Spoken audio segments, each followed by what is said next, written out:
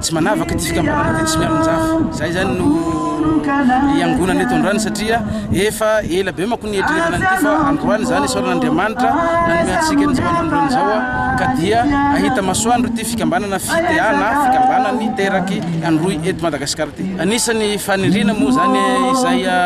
olana ara-drano zay fa ny mitady vahaolana maharitra. Mazava hoazy moa zany fa ny fitondram-panjakana mahefa zay mijoro am'izao fotoana zao no tompon'antoka voalohany am'izany zay dia efa iangaviana eto ihany koa mba hanatanteraka ny engagement 21 asa raha tadidinareo zay engagement 21 taorina ny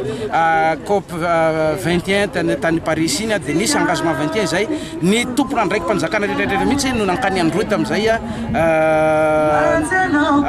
miezaka hanatratra tanjona ka dia mbola eo ampiandrasana azy fa ty moa zany amin'ny fikambanana azy mbola tsy manana fahefana mpanatanteraka na pouvoir décisionnel moa zany am'izay zavatra zay fa dia mbola fanirina aloha no betsaka hatramin'izay fa misaraka ny sosialim-bahoaka sy ny économique ny toekarena dikan'izany raha tsy hatsaraina ny fiainam-bahoaka dia tsy maintsy misy foana io tsy fandriam-pahaleman'io ary matetika moa zany dia efa anisany sary ratsy any aminay zany na mauvaise image zay hoe insécurité indrindra nikeresiny malaso zay fa tsara tiako tenena aminareo na zao miresaka eto zao tompoko dia manao malaso rehefa tsisy hohanina fa na zanaty zany tsy ailika amin'ny fitondram-panjakana fotsiny ny tsy fetezan-javatra eto am'izao fotoana zao fa